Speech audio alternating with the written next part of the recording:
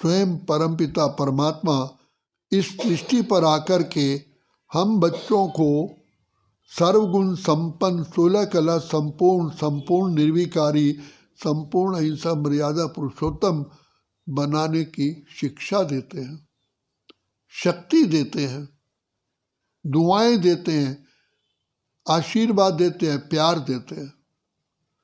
तो बाबा रात दिन हमको कहते हैं कि बच्चे मैं आया हूँ तुमको नई दुनिया का राज्य भाग देने के लिए। तो वहाँ पर डबल ताज है, द्वापर युग से सिंगल ताज है, सतयुग त्रेता में डबल ताज है, पवित्रता का भी ताज है और रत्न जड़ित ताज भी है। तो बाबा दोनों हमको पवित्र आत्मा भी बनाते हैं, श्रेष्ठ आत्मा बनाते हैं, देव आत्मा पूज्य आत्मा बनाते हैं, साथ साथ हमको राज्य करने की भी विद्या सिखलाते हैं। तो सबसे पहले बाबा कहते हैं बच्चे तुम आत्माओं के ऊपर जो विकारों की मैल है बच्चे इसको दूर करने के लिए आत्मिक स्मृति में रह करके बाबा की याद में रहो। इसके बिना आपका पवित्रता का ताज आ नहीं सकता। अब पवित्रता का ताज केवल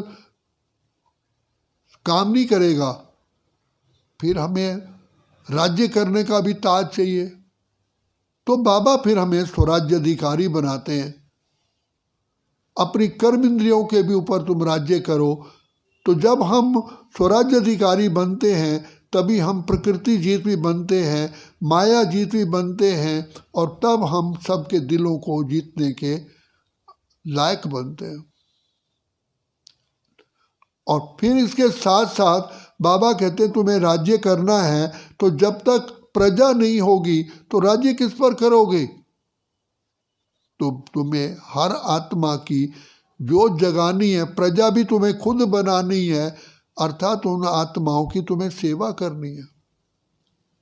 तो बाबा ने कहा कि बच्चे मैं आया हूँ तुम्हारे ही द्वारा स्वर्ग की स्थापना करवाता हूँ, तुम ही इसके निमित्त बनते हो। तो बाबा ने जैसे ब्रह्मा बाबा को हमारे सामने एक सैंपल रखा। तो सब बाबा के आते ही ब्रह्मा बाबा ने क्या किया, सब कुछ न्योछावर कर दिया। तन मन धन मन वचन कर्म से बाबा का बाप बन गया। तो बाबा ने कहा अब तुम्हें नई दुनिया के लिए ही सब कुछ करना है, क्योंकि ये पुरानी दुनिया तो जानते हो विकारों के वशीभूत है, माया रावण का राज्य है। तो जिस प्रकार रात्रि का अंत होता है तो नया दिन आता है, तो बीच के समय को अमृत वेला कहते हैं। तो ये बेहद का अमृत वेला है, समय की पुकार है। अब समय चेतावनी दे रहा है कलयुग को जाना ही है, सतयुग आना है। तो कलयुग का जाने का समय आ चुका है। कलयुग हमसे छुट्टी ले रहा है, लेकिन सतयुग के लिए जब तक हम लायक नहीं बनेंगे तो हम कैसे सतयुग ला सकेंगे। तो बाबा कहते हैं तुम्हें सतयुग का इंतजार नहीं कर बल्कि इंतजाम करना है।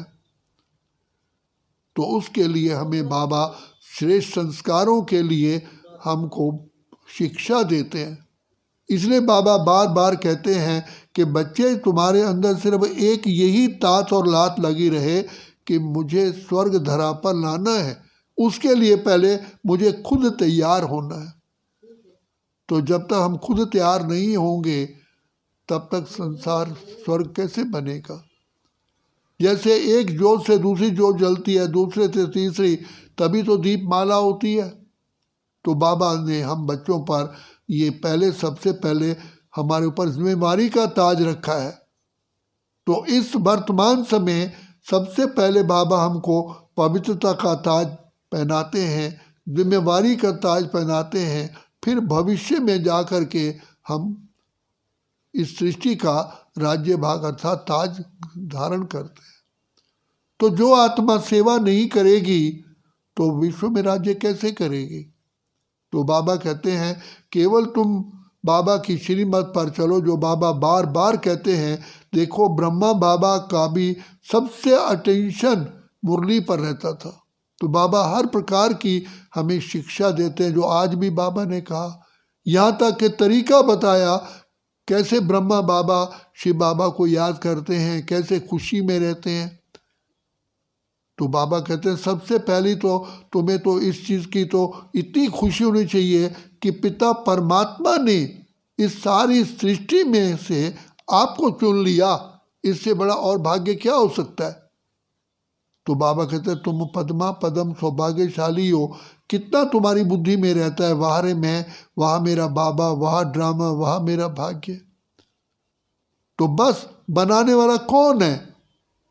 बाबा है। तो बाबा हमारी छत्र छाया बन करके आए हैं। तो ज्ञान का सागर है तो दया का सागर भी है। तो बाबा ने सबसे पहले हम पर यही कृपा की है, जो आकर के हमको सहज ज्ञान सहज राजयोग सिखाया है।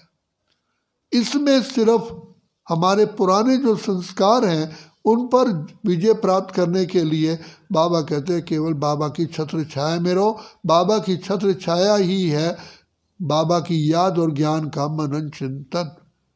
क्योंकि जिस प्रकार नाव में दो चप्पू होते हैं, एक चप्पू से नहीं चलता, ऐसे ही बाबा कहते हैं बच्चे ज्ञान बिना योग नहीं, योग के बिना ज्ञान नहीं।